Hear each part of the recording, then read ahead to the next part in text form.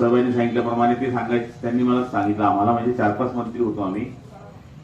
तर म्हणलं मी घरी गेल्यानंतर पहिले मी सकाळी कोणता ड्रेस घालणार आहे तो टेबलवर ठेवतो, रुमाल कोणता घेणार आहे तो ठेवतो, बूट कोणते घालणार आहे, बूट तर नंतर ते घालायचे आणि एकच चप्पल ते घालायचे कायम.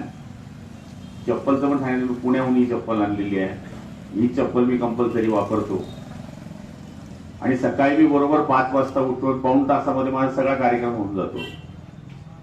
10-15 मिनिटांमध्ये मी आलेले रात्रीचे फोन हे चालत असतो आणि 6 वाजता माझं काम सुरू करतो. आणि 6 ते 11 पर्यंत हा माणूस काम करत राहिला. आपण म्हणतो की दादांनी खूप काम केलं, दादांनी कष्ट केलं, पण शेवटी एक बोध पण घेण्याची गरज आहे की आपण किती धावावं.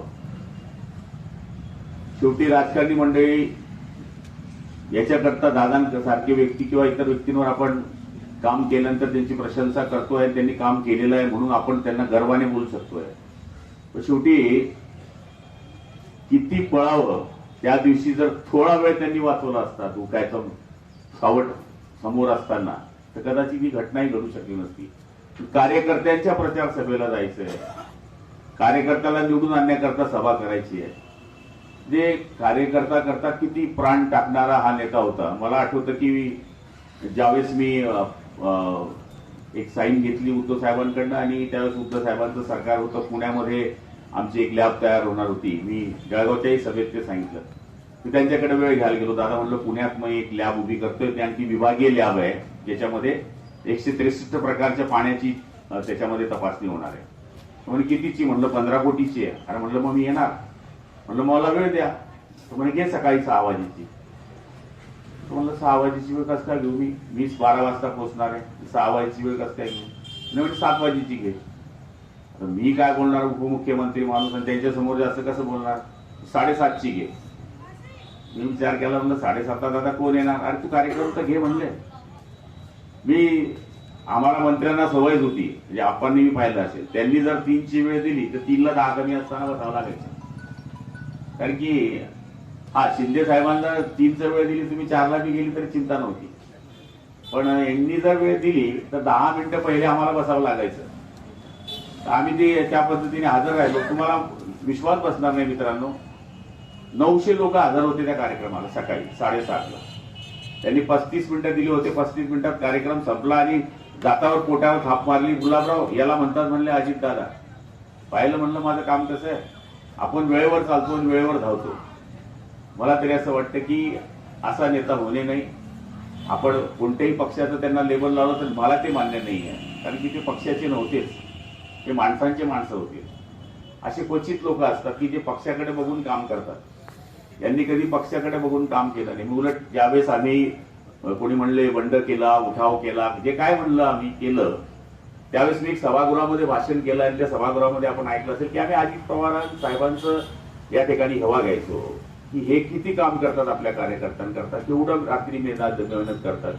दर मंगळवारी आमदारांची बैठक घेतात. कॅबिनेटच्या पहिले त्यांची आमदारांबरोबर बैठक असते, नंतर प्री कॅबिनेट असते आणि मग ते कॅबिनेटमध्ये येतात. आम्ही हे सांगायला जायचो. तर म्हणजे मला तरी असं वाटतं की, आणि कोणते कोणते GR आठवड्यामध्ये पास झालेले आहेत हे त्यांच्या आमदाराच्या हातात मंगळवारी परत असायचे. GR सुद्धा बघायची गरज नाही तुम्हाला की हे नवीन GR आलेले आहे, हे अंमल झालेले आहे, आता तुम्ही लक्ष ठेवा याच्यापैकी काही काम आहेत का. आणि कोणताही सहज फोन उचलणे ही त्यांची सवय आहे. ही सवय कंटिन्यू त्यांची होती, कोणाचाही फोन उचलणे. मला आठवतं की मी एक वेळेस त्यांना फोन केला 8 वाजता, तर त्यांनी 11 वाजता मला रिप्लाय दिला तिकडून की मी कामात होतो रे, बोल तुझं काय काम आहे.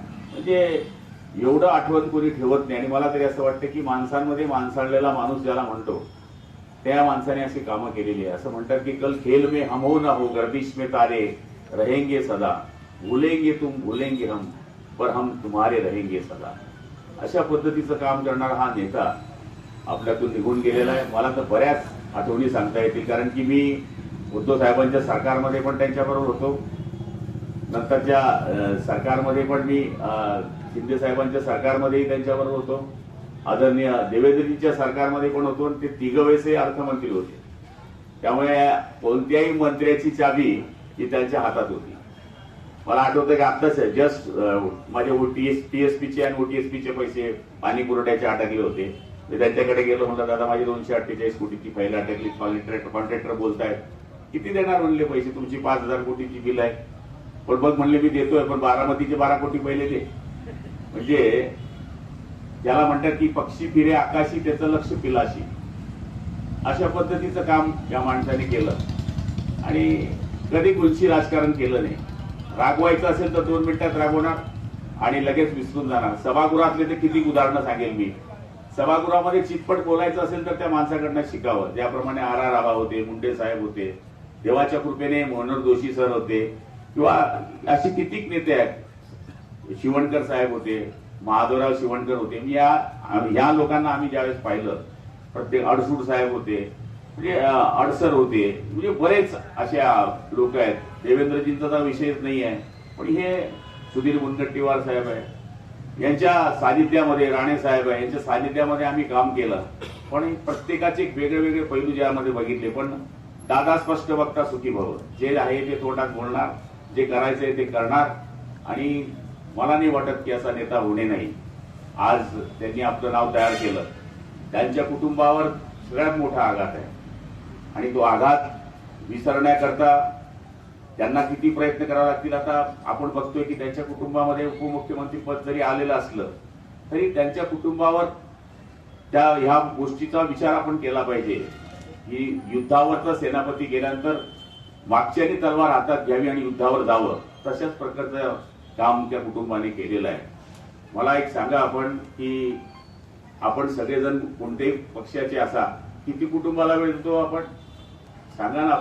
आपण सगळेजण साधा नगरसेवकाला विचारा तुम्ही, किती वेळ देता आपण आपल्या कुटुंबाला, आपल्या शरीराला आपण किती वेळ देतो. आपल्यावर बऱ्याचपैकी टीका होत असतात, पण दादांच्या या घटनेनंतर आपण बोध घेण्याची गरज आहे, 100% बोध घेण्याची गरज आहे. मी अजूनपर्यंत माझ्या बायकोबरोबर 1 किलोमीटरही प्रवास केलेला नाही, आपला विश्वास बसणार नाही. कोणी माईच्या लालनी सांगावं की गुलाबराव पाटलांची बायको गुलाबराव पाटलांच्या गाडीत दिसली तर तुम्ही सांगाल ते हरून देईल मी आपल्याशी. एवढं राजकारणी माणसाला तुळशीपत्र घरावर ठेवावं लागते. बऱ्याच टीका टिप्पणी प्रत्येक पक्षाच्या नेत्यावर होत असतात. त्याने असं केलं, त्याने तसं केलं. तो कोणत्याही पक्षाचा असो, त्याला वेळ द्यायचाच आहे, त्याला सगळ्या मर्जी माळून आपलं काम करायचंय. पण आपण सगळ्यांनी या गोष्टीचा बोध घ्यावा की काही ठिकाणी थोडं थांबावं आणि नंतर आपला निर्णय घ्यावा. कदाचित दादा गेले ते नाही एकटे गेले, पुरं महाराष्ट्र कोलमडला आहे.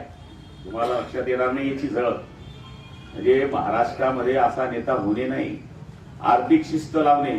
गरीब साहेबांचा जर आपण लोकसत्तेचा लेख जर आज वाचला, जे आमचे प्रधान सचिव वित्त आहे, तर तुम्ही समजू शकाल की भावना ही फक्त पॉलिटिशियन म्हणून आमची नाही आहे, ही अधिकाऱ्यांची सुद्धा भावना आहे की हा माणसाने किती शिस्त लावली. तर मला तरी असं वाटतं की असा नेता होणे नाही आणि होऊ शकत नाही. आपण कितीही प्रयत्न केला तर असा माणूस जन्माला येणे सुद्धा शक्य नाही. मी सुद्धा हरबडलो की ठीक आहे ना, आम्ही वेगळ्या पक्षाचे होतो, पण असं कधी वाटलं नाही या गुलाबराव काय काम आहे. 10 वर्ष तर आम्ही ऑपोजिशन मध्ये होतो, सत्ता त्यांची होती. पण जे काम होणार होतं, गुलाबराव वाघांच्या टायमाला वहिनी नगराध्यक्ष होत्या, त्यांनी ते सांगितलं उदाहरण. त्यावेळेस आम्ही 3 जण गेलो होतो. मला वाटलं ते करणार नाही आपलं काम. बसवलं 5 मिनिटात, सांगितलं उद्या पैसे येऊन जातील. दुसऱ्या दिवशी GR आला 38 लाख रुपयाचा. म्हणजे असं नाही, जे काम महत्वाचं आहे ते कोणत्या पक्षाचं याला महत्व नाही. ते काम त्या गावाला किती गरजेचं आहे हे महत्वाचं आहे, हे मानणारा तो माणूस होता. आणि मला तरी असं वाटतं की त्यांचे गुण प्रत्येक कार्यकर्त्यांनी घेण्याची गरज आहे. पक्षीय राजकारण जरूर करा, पण गरजू माणूस जर समोर आला तर त्याचा पक्ष बघू नका, हेच दादाने आपल्याला सांगितलंय. मला तरी असं वाटतं की असं आपण जर पुढच्या काळात वागलो तर तीच खरी दादांना श्रद्धांजली ठरू शकेल. भाऊसाहेबांनी पुतळ्याच्या बाबतीमध्ये जळगावला सुद्धा मागणी केलेली आहे. कलेक्टर सुद्धा तिथे होते, आप्पा होते, सगळीच मंडळी आम्ही होतो. तर तिथे आम्ही सांगितलं उद्याच्या दिवशी जिल्हा नियोजन समिती आहे, जिल्हा नियोजन समितीमध्ये आपण ही गोष्ट डिक्लेअर करणार आहोत. तिथे सगळे आमदार मोदी, खासदार मोदी असणार आहे आणि चांगली जागा आपण तिथे निवडूया. आणि त्याच्यामधून जिल्हा नियोजन करणं आपण खासबाब म्हणून वित्त खात्याकडून परवानगी आणू शकतो. जे काही आपल्या स्मारकाकरता लागेल आपण ते निश्चितपणाने देण्याचा प्रयत्न करू. फक्त त्याच्याकरता आपल्याला एक समिती नेमावी लागेल. ती पुढची प्रक्रिया आपण सगळे बसून करूया. आपल्या सगळ्यांच्या वतीनं मी आदरणीय दादांना भावपूर्ण आदरांजली अर्पण करतो. खरं म्हणायला गेलं तुम्ही बारामती बाहेरूनच पाहिलं होतं, पण मी त्या दिवशी गेल्यामुळे काय झालं, गर्दी फार होती. पण दुसऱ्या दिवशी ज्यावेळेस आम्ही गेलो 5-6 आमदार, तर आम्हाला तिकडेही जायला मिळालं, पवार साहेबांनाही जायला मिळालं, आणि शहरामध्ये आम्ही ज्यावेळेस फिरतो त्यावेळेस आम्हालाही बघायला मिळालं की ही आहे बारामती. निश्चितपणाने सत्तेचं केंद्र तिथे असल्यानंतर सत्तेचा कसा फायदा घ्यावा आणि सत्ता कशी आपल्याकडनं कामं करून घ्यावी हे त्यांनी केलंच, पण रोजगार किती उपलब्ध केले हे बघण्याची संधी आम्हाला या ठिकाणी मिळाली. मला तरी असं वाटतं की आमचं एक प्रकरण आता त्यांच्याकडे अडून पडलेलं होतं, पण आता काय नवीन वित्त खातं आमच्या मुख्यमंत्र्यांकडे असल्यामुळे निश्चितपणाने ते आमचं काम पुढे होणारच आहे. पण त्यांनी आम्हाला आश्वासन दिलं होतं दादांनी, पुढच्या काळामध्ये ते काम जर होईल तर ते दादांच्यामुळेच आमच्या या तालुक्याचं होणार आहे. आता या ठिकाणी बोलणं ते उचित होणार नाही, पण मी आपल्या सगळ्यांच्या वतीनं आदरणीय दादांना भावपूर्ण आदरांजली अर्पण करतो. प्रभू त्यांच्या आत्म्याची शांती देव.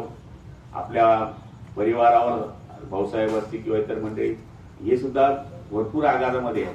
मला एक वेळेस आठवतं की एक वेळेस मला जास्त शॉक मिळाला होता, तो म्हणजे बाळासाहेब ज्यावेळेस वारले त्यावेळेस, आणि दुसरा शॉक मी आई शपथ सांगतो मला दादा गेल्यानंतर मिळाला. मी कोणत्या पक्षाचा मला माहित नाही, पण व्यक्ती म्हणून मी त्या माणसाला 100% सॅल्यूट करतो, आदरांजली अर्पण करतो. जय हिंद, जय महाराष्ट्र.